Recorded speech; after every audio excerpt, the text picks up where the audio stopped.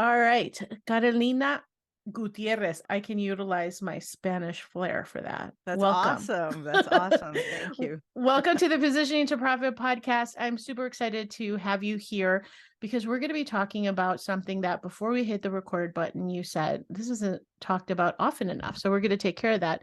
And it's prioritizing mental wellness.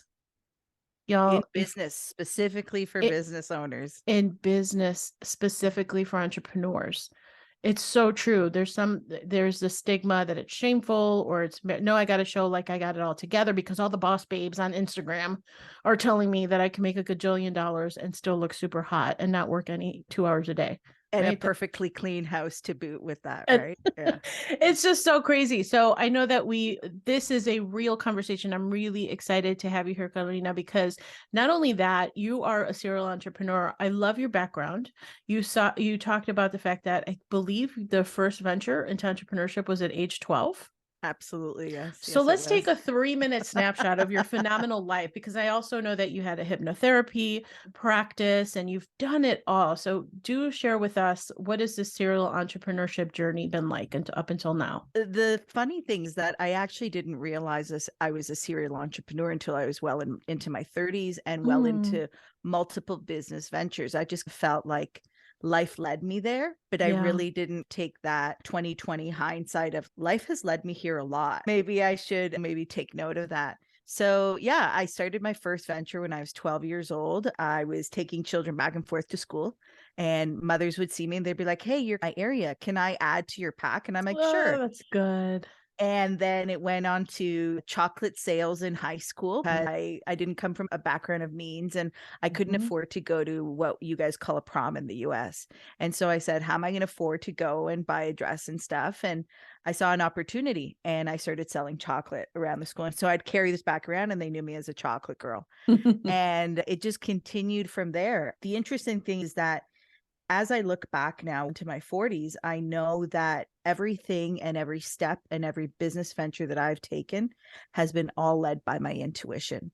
And I consider intuition to be one of the founding pillars of good mental wellness for anybody, whether you're in business or not. Listening to that internal guidance system that is customized just for you, to me, is something that I really think the world would be a better place if we actually learned to do that on a regular basis. And I think that's a lot of how entrepreneurs actually get into business in the first place, because they have this idea and the world, you're crazy. That's never going to work. Right. What are you doing? Why are you Yes. putting yourself through this? But there's just this internal pull that constantly keeps us going and says, do it, you can do it just a little bit longer. And for me, I'd love to tell you that I had planned this out and that I had all these ideas when I was a child of doing this. I haven't. It's all been something that I've the elegant chaos that I've stumbled into that has created this really interesting background that I now try and leverage as much as possible in the many ventures that I work in order to help entrepreneurs and people find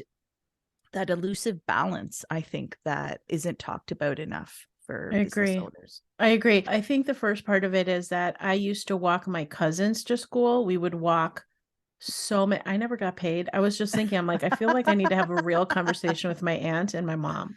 And then I did do the chocolate sales things because that was really crafty. Ooh, I okay. did that too. I'm literally from Chicago, like inner city. You just Yeah, find a hustle for extra exactly. money.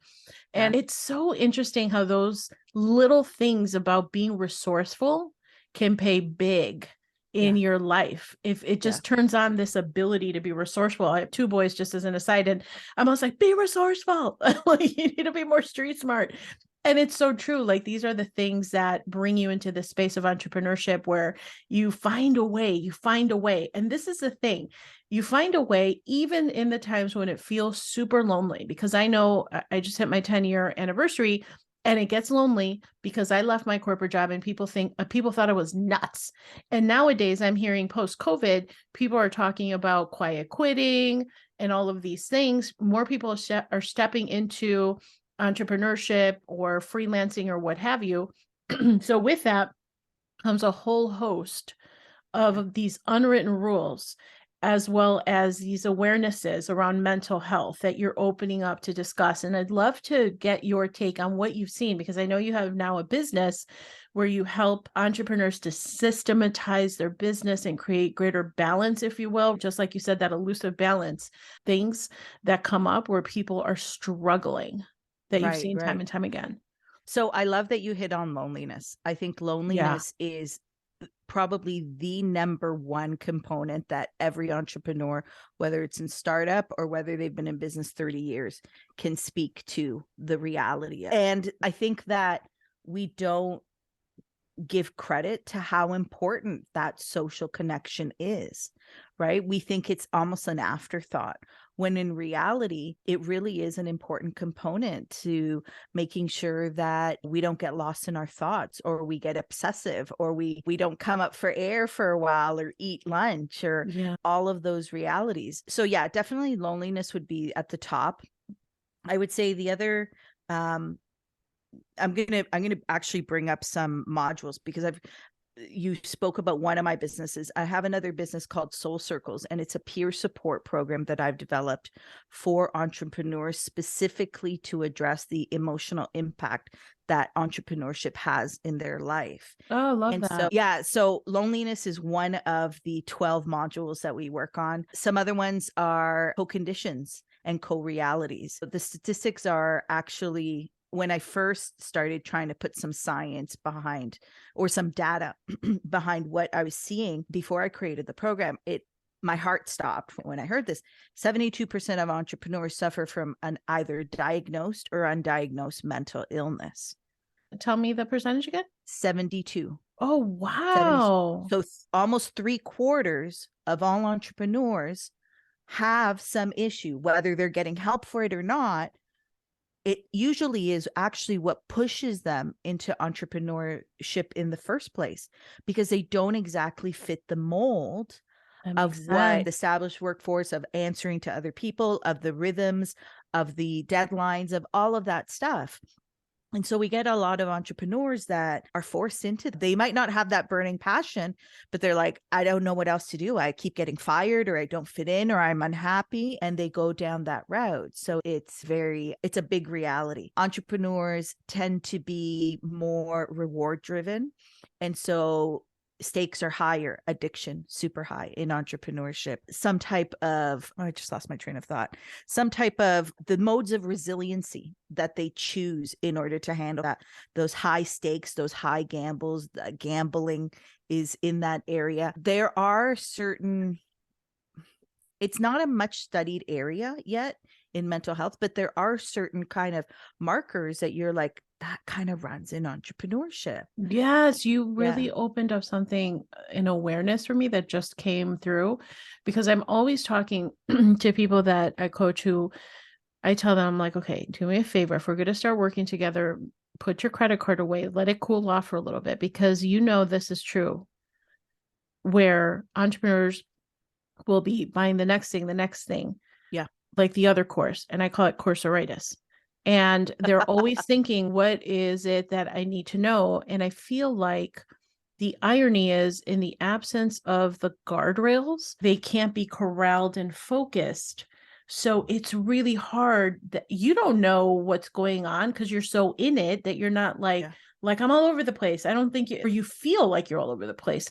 And so as somebody that coaches other women, that statistic is really alarming to me, because I'm like, that makes sense. Yeah. Why no one is saying anything about it. It's so crazy. It's and there's so little research. I wish that I could give you a whole slew of scholarly articles that back this up. There's maybe 3 or 4.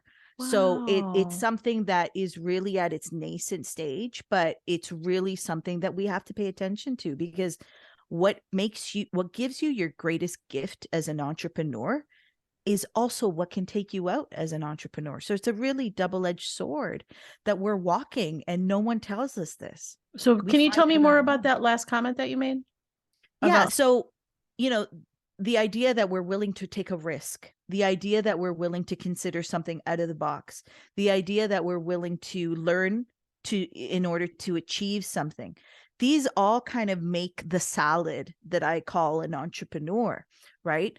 But at the same time, those same gifts left unchecked can be very harmful to us, can drill us down into debt, can alienate us from our loved ones. One of the modules in my program is family. If you talk to the spouse of an entrepreneur and then they talk to the spouse of another entrepreneur, they're like, it's like swapping war stories of all of the difficulty that they've going through. And you're dragging them along with you as you're taking these chances and living on what can be precarious ground.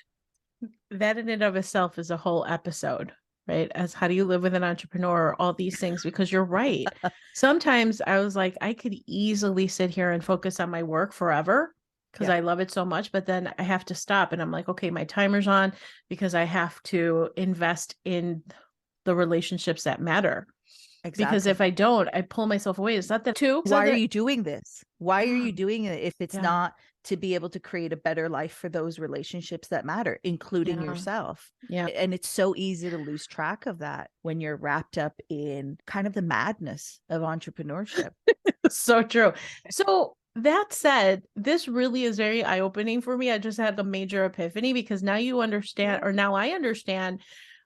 There's so many times where people have gone through my stuff and I'm like, just why don't you apply? Like they can't focus or they'll come in and out and then they think the answer is in something else. I'm like, no, it's not.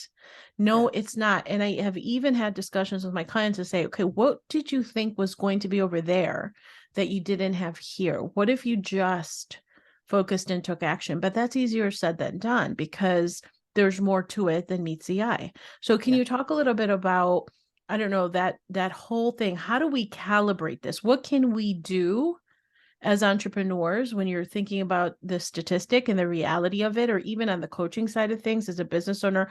How do you guide these types of entrepreneur woes? Let me give you a couple of other statistics just to hammer it home because I think it's important. Entrepreneurs are 4 times more likely than the general population to take their own life. That's a UN statistic. 4 times more likely? 4 times more likely. Yeah. So that means I could see that. Yeah. And even if you're in therapy or counseling, for example, many venture capital firms require that from their founders because of the pressure that they're in.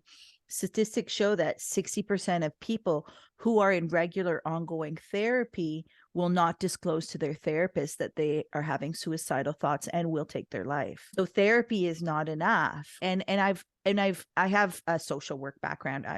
My education is in social work. So I'm not just approaching this from someone who's lived it. I've tried to put some study behind it.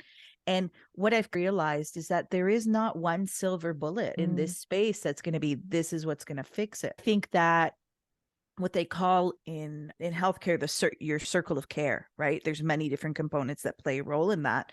And as much as I believe in therapy, and I absolutely do, I've been in it myself. I recommend it to people all the time. And I'm very happy that we're in a space now and in a world where we're starting to talk about it and openly and recognize the benefits of it. It doesn't answer this problem. And that's why I created Soul Circles. I wanted a peer support group. So it's not a talking head, a therapist or a psychologist not sitting there talking to you or you're talking to them.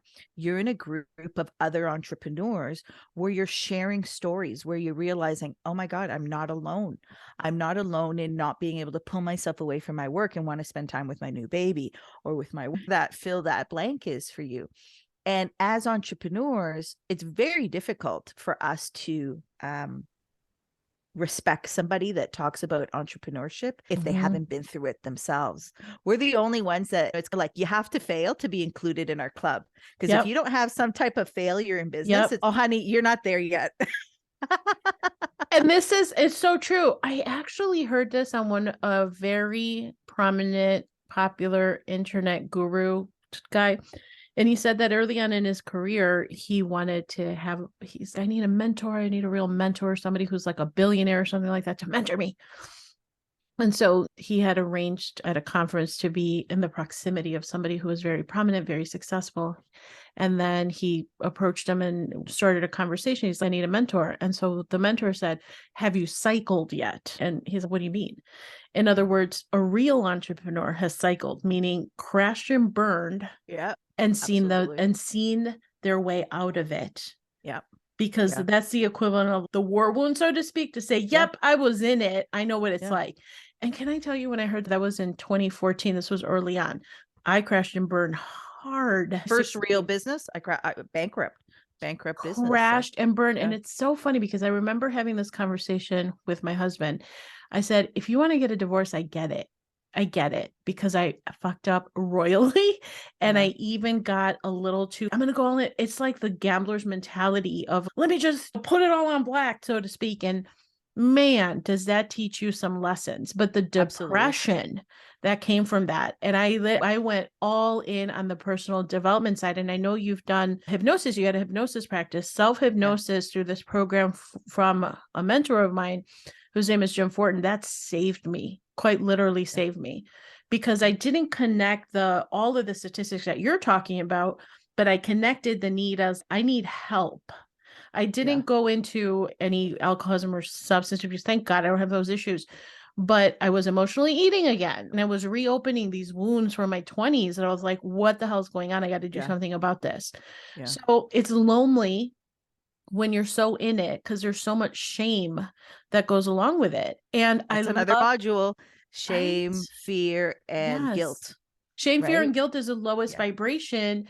And when I saw that in, oh gosh, what's it called? Psychocybernetics. I think it's psychocybernetics, where he talks about like 86% of the population is literally functioning at that level at all times. You can. So my whole point in saying this is probably the most important conversation I've had all year so far. It is so true. And knowing that one comment from that billionaire's, I'm not going to work with someone who hasn't cycled, because the reality is you're going to probably cycle if you're really in it. Multiple times, not just once. So this is so good. Can we transition now to this whole business intuition? Because I think this is a great segue into that whole thing.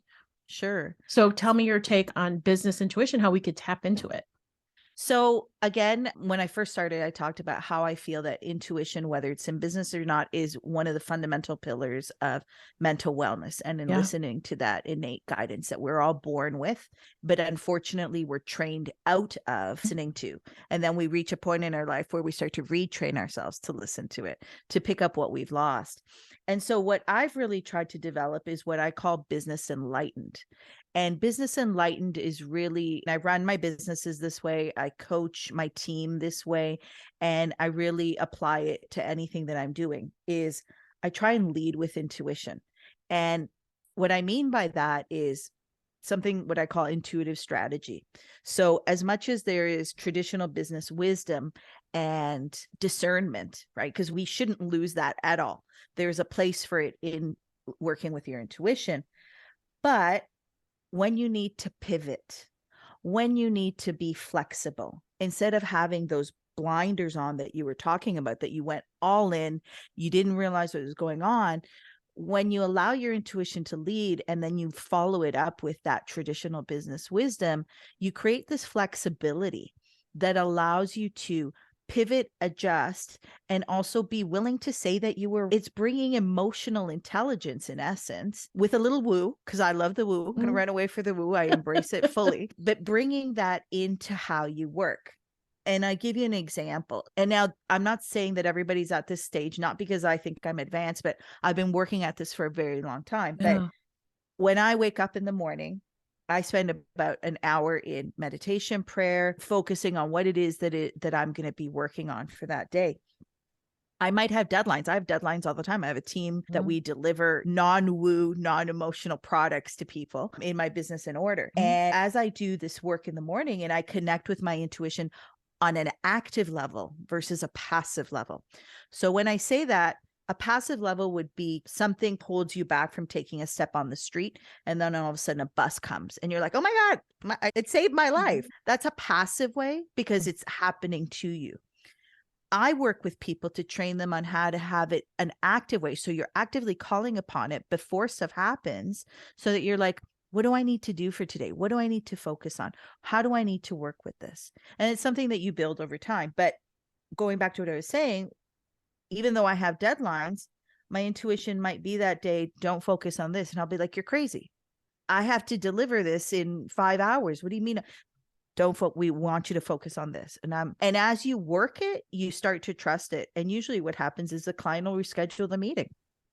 And so what that also equals to is that I'm able to work in flow the majority of time. When, as a business coach, we're all aiming for that flow.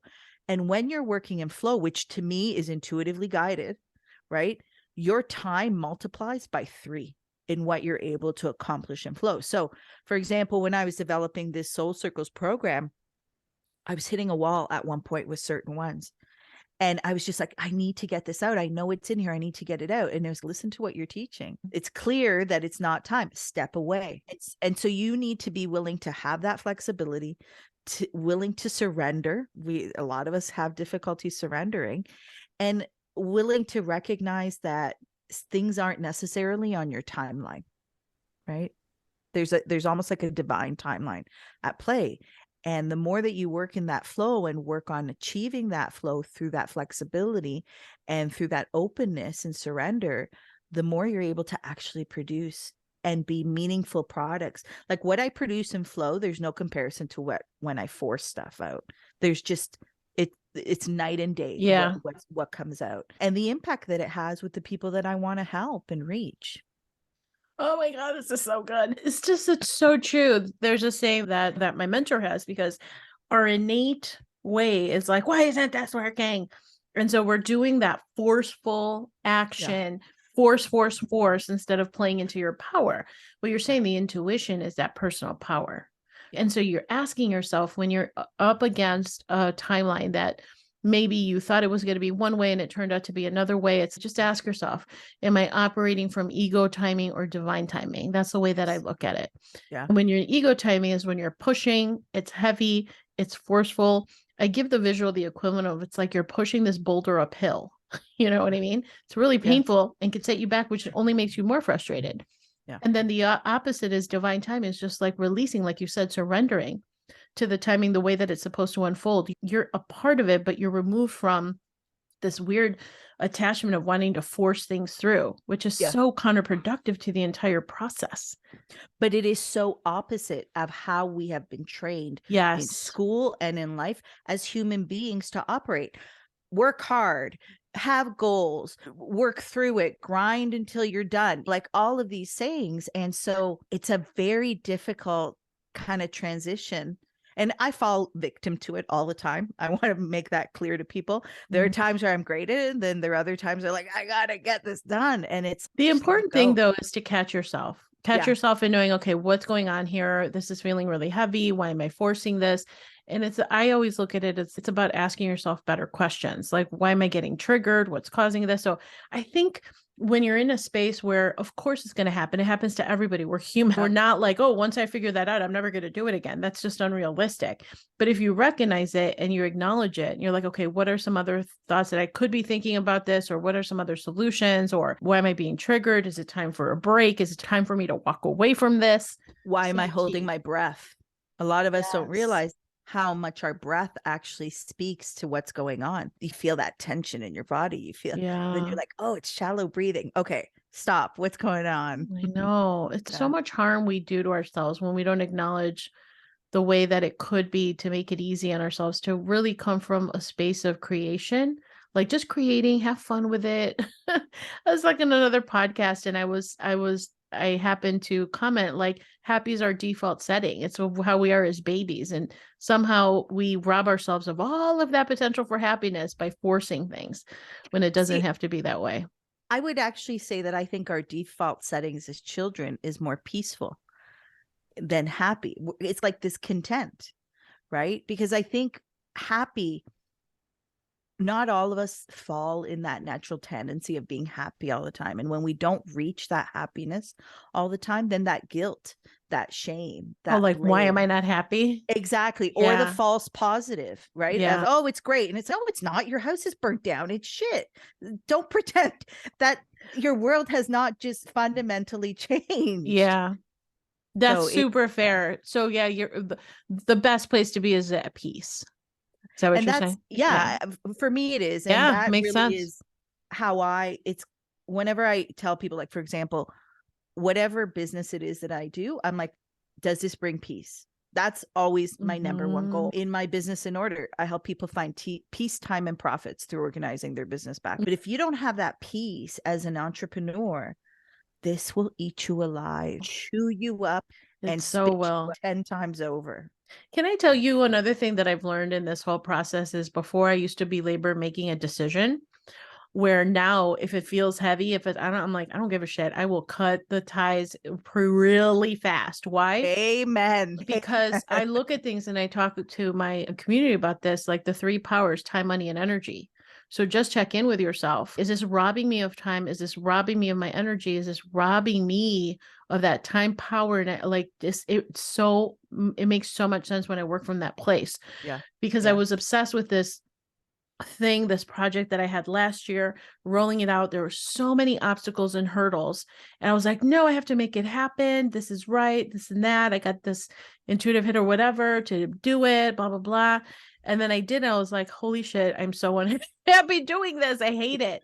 And then I talked to my integrator in my business and I said, I think we need to pull the plug, Christy. She's like, I know it doesn't. She's like trepidatious to saying, like, why is this so heavy? Why is this causing so much pain? And I've done that on more than one occasion. And it's super liberating when you do that. You feel good because sometimes we belabor these big decisions because we're not trusting our intuition. Yeah. Yeah. And just because it looks good on paper, yes, it doesn't mean it's good for you. Right? Yes.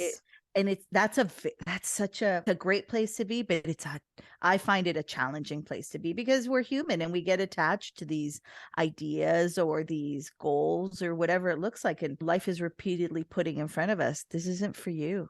Oh my Something's better is gosh. coming for you. This is so important. So for all of you that are listening to this, notice how we talked about all the realities of that we're going through, that this is a game that you have to be continuously in. I have my high leverage time that I call, and the high leverage is every morning. I have that 2 hours in my morning where they're designated to me, to your point. It's like I do my reading, I do my mindful meditation. I'm just sitting and just being grounded. That has been so rewarding. That's been a game changer for me. And that's a non-negotiable. So it sounds like you are talking about doing the same thing and how powerful it's been.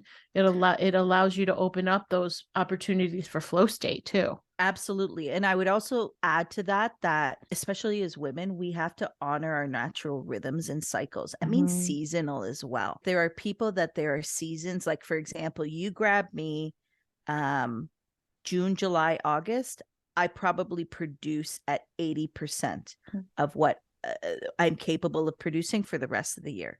That is the amount of creativity that comes to me. And I already know that about my natural cycles. There are other times in the year where I pretty much don't book anything.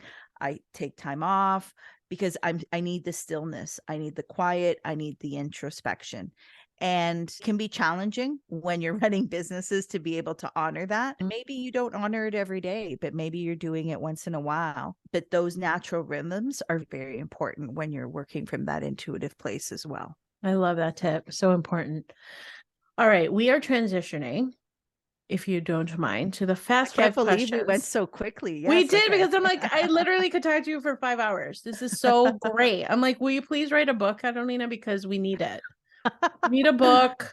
Like, I'll sing your praises. I love this topic. It's so important. It's opening up the reality of what it means to be an entrepreneur. It really does. It's talking about the ugly of it, but offering up the realities and a solution and how to operate and how to honor and how to set things up in your favor. So it's massive. Compassionate ugly. Compassionate. You better write that down, girl. That's so good. Okay. So fast 5 questions. Answer as you will. There is no wrong answer. Number 1, what would make this a great year for you?